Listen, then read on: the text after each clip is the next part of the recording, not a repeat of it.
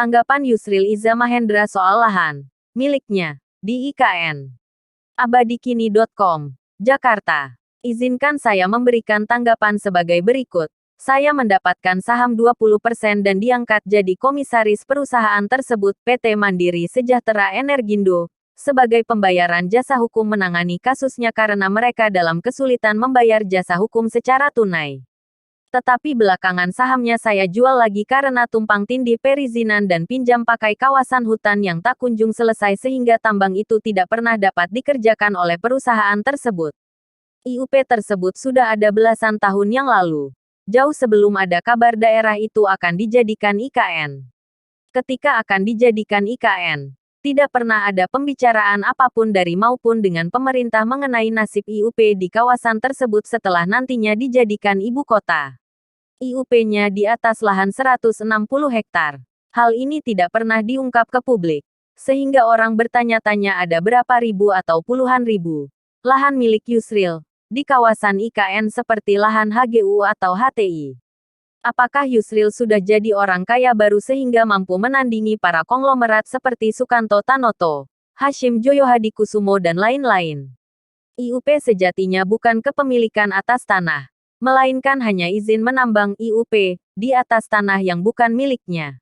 Bisa tanah dikuasai negara, bisa juga tanah milik orang lain. Karena itu jika akan mulai kerja, harus ada pinjam pakai dengan Kemhut LH kalau itu kawasan hutan, pembebasan lahan kalau lahan itu milik orang lain dan sebagainya. Sampai hari ini, baik pinjam pakai hutan dengan Kemenhut LH maupun pembebasan lahan dengan penduduk setempat di lahan yang diterbitkan IUP-nya itu belum selesai. Kalau begini urusannya, apakah perusahaan pemegang IUP yang dulu saya punya saham adalah pemilik lahan 160 hektar itu? Jelas tidak sama sekali. Orang yang belajar hukum seperti aktivis WALHI dan Egy Sujana mestinya mengerti masalah ini. Lain halnya kalau mereka tidak pernah belajar hukum pertanahan. Jadi hanya omong doang alias omdo, atau memang kura-kura dalam perahu. Pura-pura tidak tahu untuk menyesatkan opini publik. Jadi IUP tambang bukan berarti memiliki tanah seperti HGU untuk kebun, hak milik atau hak guna bangunan, hak pakai dan sebagainya. Nah sekarang dengan kawasan itu diputuskan menjadi kawasan IKN, maka IUP sudah pasti akan dicabut atau didiamkan sampai IUP-nya berakhir. Karena tidak mungkin ada kegiatan menambang di kawasan IKN.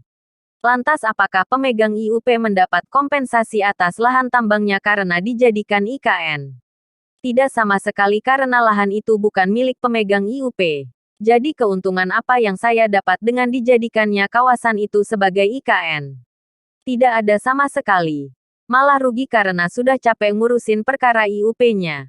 Ketika selesai, kawasan itu dijadikan IKN sehingga tidak bisa menambang di sana. Jadi ada yang digembar-gemborkan WALHI dan dikutip Egy Sujana itu cuma isapan jempol dan rumors yang tidak jelas juntrungannya. Saya maklum saja, namanya juga orang cari perhatian publik.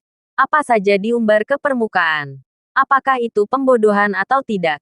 Yang penting sudah jadi berita menarik bagi mereka. Itu saja tanggapan saya. Terima kasih. Data yang mereka ungkap bahwa saya menjadi pemegang saham dan komisaris perusahaan itu adalah data lama tanpa melihat perubahannya. Padahal saham sudah saya jual dan saya bukan lagi komisaris pada perusahaan tersebut.